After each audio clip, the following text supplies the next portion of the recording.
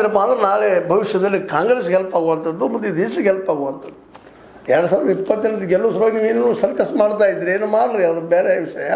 But ಇದು ಶಿಕ್ಷಣ ವಿಷಯಕ್ಕೆ ಬಂದಾಗ ಮಾತ್ರ 41,000 ಶಾಲೆಗಳನ್ನು ತೆಗೆದಕ್ಕೆ ಆ ಜಾಗದಾಗ ನೀವು ಕಡಿಮೆ ಮಾಡಿ ಈ ಒಂದು KPS ಸ್ಥಾಪಿಸಿದ್ರಪ್ಪ ಅಂದ್ರೆ ಎಲ್ಲ ಮಕ್ಕಳಿಗೆ ಸಿಗ್ತದೆ ಗ್ಯಾರಂಟಿ ಇಲ್ಲ. ಯಾಕಂದ್ರೆ ನಾನು ಹೇಳಿದ್ದೀನಿ ಈಗಾಗಲೇ 85 to 90% ಈ ದೇಶದ ತಂದೆ ತಾಯಿಗಳಿಗೆ ತಮ್ಮ ಮಕ್ಕಳನ್ನು ಒಂದು ವೆಹಿಕಲ್ ಮಾಡಿ ಮತ್ತೆ ಕಳಿಸೋ ಶಕ್ತಿ ಇಲ್ಲ ಮತ್ತು ದೂರ ಕಳ್ಸೋಕ್ಕೆ ಶಕ್ತಿ ಇಲ್ಲ. ಯಾಕೆ ಹೆಣ್ಮಕ್ಳಾದ್ರಪ್ಪ ಅಂದ್ರೆ ಮಕ್ಕಳು ಸಣ್ಣ ಮಕ್ಕಳು ಇರ್ತಾರೆ, ಹೆಣ್ಮಕ್ಳು ಇವತ್ತು ಅನೇಕ ನಾವು ಅತ್ಯಾಚಾರ ಆದೆಲ್ಲ ಕೇಳ್ತಾ ಇರ್ತೀವಿ, ಮಕ್ಕಳ ಮೇಲೆ ಆಗುವಂಥ ದೌರ್ಜನ್ಯಗಳನ್ನು ಅಂಥವು ಆಗಬಾರ್ದಲ್ಲ. ಮನೆ ಸಮೀಪ ಇತ್ತಂದ್ರೆ ಸ್ಕೂಲ ತಾಯಿ ತಂದೆ ಹೋಗಿ ಕಳಿಸ್ತಾರೆ, ಮತ್ತು ಕರ್ಕೊಂಡು ಹೋಗ್ತಾರೆ ತಮ್ಮ ಮಕ್ಕಳನ್ನು. ಈ ಎಲ್ಲ ದೃಷ್ಟಿ ಇಟ್ಕೊಂಡು ಗುಣಮಟ್ಟದ ಸ್ಕೂಲ್ಗಳು ನೀವು ಮಾಡಿದರೆ, KPS ಏನು ಮಾಡಿಕೊಂಡಿದ್ದಾರೆ ಅದು ಪ್ರತಿಯೊಂದು ಹಳ್ಳಿಗೆ ಮಾಡಿದರೆ ನಿಶ್ಚಿತವಾಗಿಯೂ ನಮ್ಮ ಶಿಕ್ಷಣ ಉನ್ನತ ಆಗ್ತದೆ, ನಾವು ವಿಶ್ವಗುರು ಆಗ್ತೀವಿ. ಸುಮ್ಮನೆ ಬಾಯಲ್ಲೇ ವಿಶ್ವಗುರು ಆಗಲಿಕ್ಕೆ ಸಾಧ್ಯ ಇಲ್ಲ.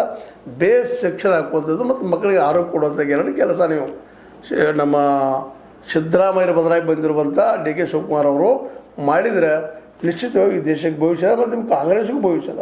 ಯಾಕಂದರೆ ಇಲ್ಲಿವರೆಗೆ 14 ವರ್ಷದ ಆಡಳಿತದಲ್ಲೇ ಈ ದಿಶೆಯಲ್ಲಿ ನಮ್ಮ ಮೋದಿಯವರು ಚಿಂತನೆ ಮಾಡಿಲ್ಲ.